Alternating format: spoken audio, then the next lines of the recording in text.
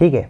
तो अब इसमें देखो तो क्या दे रखा है कि इसके अंदर ये ड्रग जो होते हैं जैसे सेफोपेराजोन, साल्बेक्टम, ठीक है, उसके अलावा अपन सेफाजोलिन देखो, ठीक है, ये जो ऑफ्लॉक्सिन है ये देखो, ठीक है, एमिकासिन देखो, तो ये सारे ड्रग जो होते हैं ये अगर आप उस पेशेंट को देते हो, ठीक है, तो वहाँ पे बैक्टीरिया जो होगी उसकी ग्रोथ क्या होगी, कम हो जाएगी। लेकिन अब इसमें भी क्या होता है, zone of lysis different different है। मतलब यहाँ पे क्या है, बैक्टीरिया जितना जोन ऑफ लाइसिस कम है उसकी बैक्टीरिया की जो ज़्यादा पावरफुल है, मतलब बैक्टीरिया थोड़ा पावरफुल है।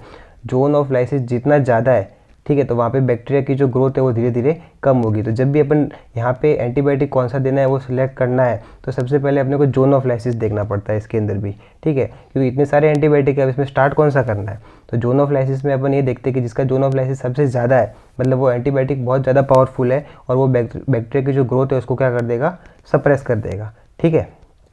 ठीक है, तो अब इसमें देखो कि यहाँ पे जोन ऑफ लाइसिस ज़्यादा किस किस का आ रहा है, तो अपन सेफापेराजोन और साल्बेक्टम देखें तो इसका जोन ऑफ लाइसिस 27 है, ठीक है।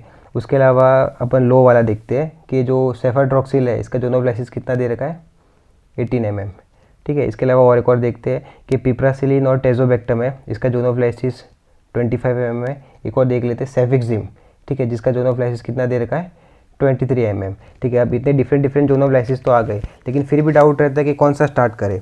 तो इसमें क्या होता है कि सबसे जो लो वाला है एक तो वो नहीं देना और सबसे हाई वाला है वो भी नहीं देना, ठीक है।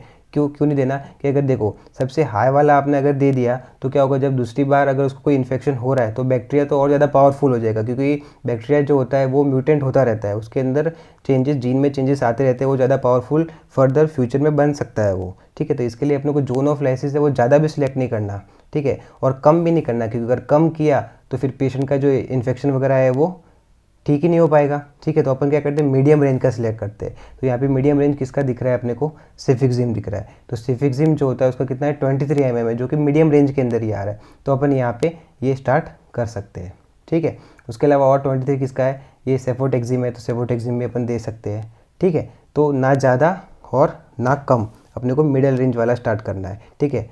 ये हो गया, ये अपने देख लिया सेंसिटिव 2। अब रेजिस्टेंट 2 में क्या आता है कि मतलब ये जो आप ड्रग्स दोगे ना तो कोई मतलब ही नहीं है, मतलब ये ड्रग देने के बाद, मतलब ये एंटीबायोटिक देने के बाद भी उस पेशेंट को इन्फेक्शन जो है वो ठीक नहीं हो जाएगा, क्योंकि यहाँ पे बैक्टीरिया क्या है, वो पावरफुल है, वो उस ड्रग के अगेन क्या करेगा, रेजिस्ट करेगा, ठीक है। तो कौन कौन से जैसे इसमें दे रखे, एमोक्सक्लेव दे रखा है, नॉरफ्लॉक्सिन दे रखा है, ठीक है, डॉक्सीसाइक्लिन दे रखा है, ठीक है, कैनामाइसिन दे रखा है, तो ये अपने को उसको नहीं देना।